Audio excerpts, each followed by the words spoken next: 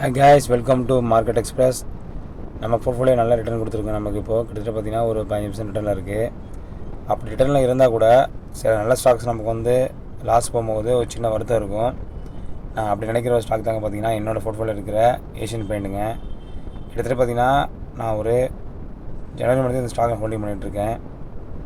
ஆக்சுவலாக பிப்ரவரி 20 அன்றைக்கி 2 ஷேர் வாங்கியிருந்தேன். இப்போ இடையில பார்த்திங்கன்னா மே மந்த்து வந்து ஒரு ஷேர் வாங்கியிருந்தேன். நான் ஒரு பெரிய இன்வெஸ்டர் கிடையாதுங்க, நான் சின்ன இன்வெஸ்டர் தான்.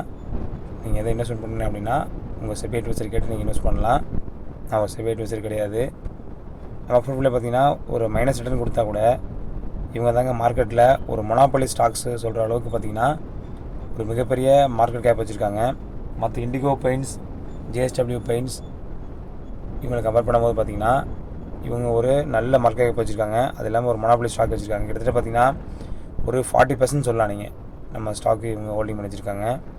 இவங்களோட மார்க்கெட் கேப் பொறுத்தவரை பார்த்திங்கன்னா ஓவரால் பர்ஃபார்மன்ஸ் பார்த்திங்கன்னா சூப்பராக இருக்குது. உங்களுக்கு இதில் போன 50 வீக்கு லோ விட கம்மியாக ட்ரேட் ஆகிருக்கு உங்களுக்கு. இது அது ரெண்டாக பார்த்திங்கன்னா 37% பார்த்திங்கன்னா இவங்க ஷேர்ஸ் வந்து வாங்கலான்னு ரெக்கமெண்ட் பண்ணியிருக்காங்க.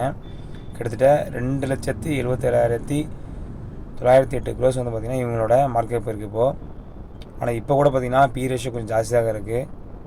பிபி ரேஷியோ ஜாஸ்தி தான் இருக்குது. கொஞ்சம் வெயிட் பண்ணி வாங்கலாம். நம்ம எப்படின்னா இன்னும் ஒரு 2-3% ஃபாலோ ஆனால் நமக்கு இன்னும் பெட்டர் ரிசல்ட் கிடைக்கும்.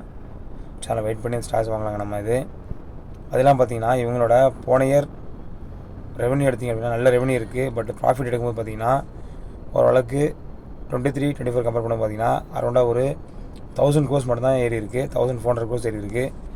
நெட்ஒர்த் பார்த்திங்கன்னா இயர்லி இவங்களோடது க்ரோத் ஆகிட்டு தான் இருக்குது. மைனஸில் எதுவும் போகவே இல்லை. ஸோ அதனால் கொஞ்சம் வெயிட் பண்ணி வாங்கலாம். நீங்கள் புக் வேல்யூ பார்த்திங்க கூட உங்களுக்கு ஓரளவுக்கு டீசெண்டாக இருக்குது உங்களுக்கு. இதில் இவங்க லாஸ்ட்டு அப்டேட் என்ன பார்த்திங்க அப்படின்னா இவங்களோட 6 மந்த்து பீட்டா கம்பேர் பண்ண பார்த்திங்கன்னா ஏஷியன் பெயிண்ட்டோடது கிட்டத்தட்ட 2,935 ரூபா வந்து இவங்களோட பெஸ்ட் டார்கெட்டாக இருக்குது உங்களுக்கு இதில்.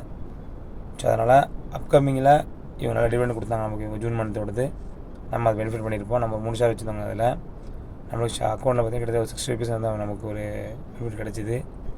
ஸோ அதை வெயிட் பண்ணுங்கள். ரொம்ப லாங் டேர்முக்கு கொண்டு போகும்போது பார்த்திங்கன்னா கண்டிப்பாக ஏஷியன் பெயிண்ட் உங்களுக்கு பெட்டர் ரிசல்ட்டாக இருக்கும். ஸோ அதில் எந்த ஒரு ஷேர்ஸ் வாங்க முடியும் நல்லா ரிசர்ச் பண்ணி பண்ணுங்கள். சில மல்டிபிள் ஸ்டாக் வாங்கும்போது அது மொனாப்பலியாக இருந்தால் உங்களுக்கு இன்னும் பெட்டராக அமையும். இந்த வீடியோ பார்த்துக்கு தேங்க்யூ மக்களே. Thank you very much.